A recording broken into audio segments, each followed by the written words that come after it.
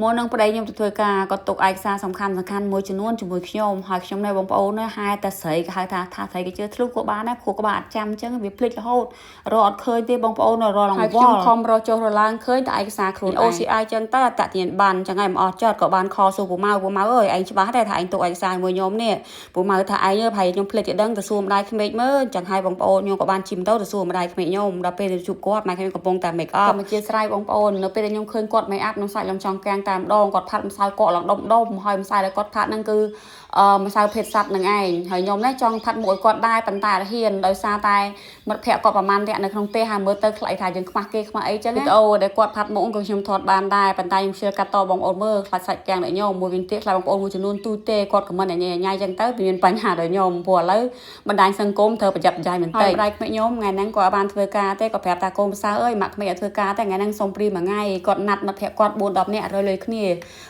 ាជួលឡាំងរងទៅមើលល្ខោននៅភូមិផ្សេងហើយរឿងឯកសារហ្នឹងគឺគាត់អ្នកទុកមែនបងប្អូនអើយរឡើងកញ្ញាញ់គួរឡើងមកប្រាក់សុកជាគាត់ប្រាប់ខ្ញុំថាម៉ាក់អើយពេលម៉ាក់ត្នេម៉ាក់ជួយទៅយកខ្ញុំចេញពីសាលារៀនគួរផងដោយសារតែខ្ញុំខ្លាចដែរហ៊ានដាំផ្ទះខ្លួនឯងទេព្រោះដើមម្ដងឃើញតែពោះខ្ញុំឃើញវារត់កាត់មុខខ្ញុំរហូតនឹងឯងជួនកាលខ្ញុំឃើញវាកំពុងដកស្កាបណ្ដៃថាពួកសក់ស្កាហ្នឹងឯងបងប្អូនអើយហើយគាត់មួយថ្ងៃរៀនគួរ3ម៉ោងប៉ុន្តែមានរៀនកន្លែងតែមួយបងប្អូនកន្លែងផ្សេងគ្នាអញ្ចឹងណាក្រោយទេអត់សូវអីទេប៉ុន្តែផ្ទះហ្នឹងវាឆ្ងាយខ្ញុំតិចហើយដើរសក់ព្រៃសក់ដប់បងប្អូនឃើញនៅក្នុងវីដេអូនេះស្រាប់ហើយទោះបីតែខ្ញុំក៏ខ្លាចដែរពេលខ្លះហើយប្តីរបស់ខ្ញុំតែងប្រែមថាឯងខែភ្លៀងអញ្ចឹងមុនចុះគេងឯងត្រូវបិទទ្វារចិត្តព្រោះខ្លាចសត្វពស់ចូលផ្ទះព្រោះពីមុនសម្បូរខ្លាំងណាស់បងប្អូនអើយតែឥឡូវវាអត់សូវមានដូចមុនទេដោយសារតែប្រជាជននៅស្រុកហ្នឹងឲ្យតែខែក្តៅគេចាប់ដើមដុតព្រៃហើយខ្ញុំបានទៅដល់សាលារៀនសុកជាបងប្អូនមើលទៅកន្លែងរៀនគួរសុកជាមិននៅក្នុងផ្ទះគេទេបងប្អូនគេធ្វើរោងមួយអញ្ចឹងដោយសារផ្ទះហ្នឹងយើងចរេភ្នំអញ្ចឹងឡាននៅខាងលើសុកជានៅខាងក្រោមខ្ញុំចាំគាត់នៅខាងលើក៏កលេចឃើញពេញប៉ោះស្រមក៏នឹកឃើញខ្លាធ្លាប់ញ៉ាំនៅស្រុកយើងតើសាល់បងញ៉ាំពេញប៉ោះស្រមនៅស្រុកទៀតមើលតើមានរសជាតិយ៉ាងម៉េចដែរតែមានអីបងប្អូនដល់ពេលទៅរកមើលឃើញទុំមួយពីរដែរដល់ពេលញ៉ាំទៅរសជាតិដូចស្រុកខ្មែរយើងហ្នឹង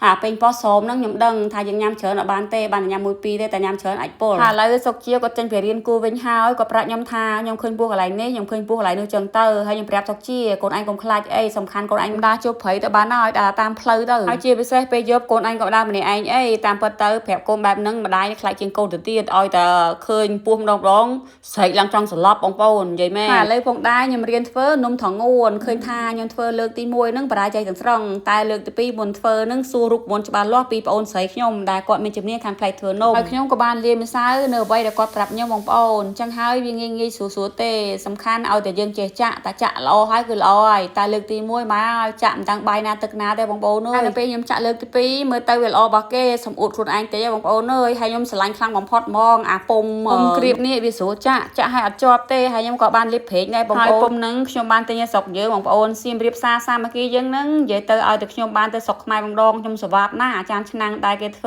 ចេញពីតារានឹងឯងស្រឡាញ់ពេជ្របេះដូងតែម្ដងសូម្បីតែម្ដាយក្មេកខ្ញុំក៏គាត់សរសើរដែរថាចានឆ្នាំងខ្ញុំយកពីស្រុកខ្មែរគុណភាពល្អជាងចានឆ្នាំងដែលគាត់បានទិញនៅស្រុកឥណ្ឌានេះឥឡូវនេះនំក្រៀបរបស់ខ្ញុំឬក៏នំថងងួនឆ្អិនហើយបងប្អូនមកតែខ្ញុំបានធ្វើច្រើនទេធ្វើតែ4-10ប៉ុណ្ណឹងហើយខ្ញុំបានច្រកថងទុកឲ្យសុកជាញ៉ាំចឹងទៅហើយខ្ញុំក៏មានមុខម្ហូបមុខទៀតដែរគឺធ្វើតែគ្រឿងហើយសុកជាក៏អត់ចេះញ៉ាំតែគ្រឿងទេគឺខ្ញុំជៀនសាច់គោឲ្យគាត់ញ៉ាំផ្សេងទៅហើយសូមពេលវេលាបងប្អូនមកតិចទេណែនាំជាមួយសម្លៃជូនមុខឯសាមិនត្រឹមតែសម្លៃសម្អាតស្បែកមុខប៉ុណ្ណោះទេថែមទាំងសម្លៃជាបាស្បែកមុខទៀតសាច់សម្លៃគេឡើងតុនជូតឲ្យមានឈឺស្បែករអាស្បែកទេហើយជួយដោះស្រាយដល់បងប្អូនដែលជួបបញ្ហាមុនតូចមុនធំមុនខ្ទុះមុនខ្សាច់មុនដបុកប្រើទៅម្ខំហ្នឹងទេមិនត្រឹមតែប៉ុណ្ណោះវាជួយផ្ដល់សំណើមដល់ស្បែកធ្វើឲ្យស្បែកបងប្អូនសភ្លឺថ្លាមាត់រលោងថែមទៀតផងហើយសម្លេងជូនមុខឯសាតម្លៃ$18តែប៉ុណ្ណោះបងប្អូនទទួលបានសាន់ខែមួយទៀតល្អប្រើខ្លាំងណាស់បងប្អូននៅពេលដែលខ្ញុំបានធ្វើនំថងងួនហ្នឹងក៏តកែម្ដាយក្មេកខ្ញុំគាត់ខំឲ្យខ្ញុំដល់ពេលចឹងទៅក៏សួរខ្ញុំធ្វើអីខ្ញុំថាធ្វើនំខ្មែរហើយខ្ញុំក៏បើកកាមេរ៉ាគាត់ធ្វើឲ្យគាត់មើលចឹងហើយគាត់ថ